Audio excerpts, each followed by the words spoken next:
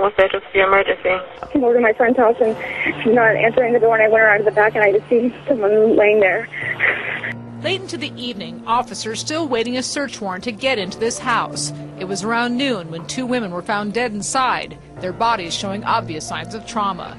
The victims were 27-year-old Melissa Mason, a waitress and bartender, and her roommate and friend, 27-year-old Nicole Glass, a student. I just can't believe that they're gone. Outside the Phoenix home where two women were found murdered, friends of the victims continue to set out pictures and flowers. Both of the women were 27 years old. Friends say Melissa Mason, or BB as they called her, was a waitress and bartender. They say her roommate, Nicole Glass, was a student.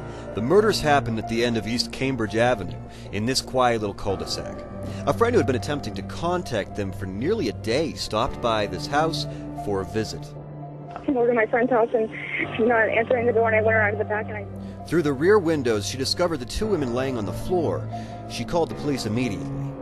It was a friend who found the two after peeking in a window when they didn't answer.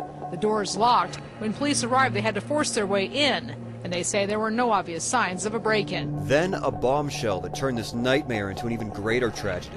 The murders of two Phoenix women now being classified as a triple homicide. At the time she was murdered, Melissa Mason was 3 months pregnant. Given the cold-blooded manner of the killings, the fact that they were still in the prime of their lives, and the fact that Mason was expecting, it would be understandable to think that the killer would be apprehended quickly. However, police fast began exhausting their resources. What is their schedule? Who are their friends? Where do they go to? Who do they meet? So we look into all of that to determine if, in fact, any of that victimology can help us narrow down who our suspect is. Police continue to search until finally the unthinkable happened. Police admit they are basically out of leads. It's been 4 months now since the murders and still no arrests. I want to know why they did it. 2 years later, the murderer remains at large, but the pursuit to bring the killer to justice is only growing stronger.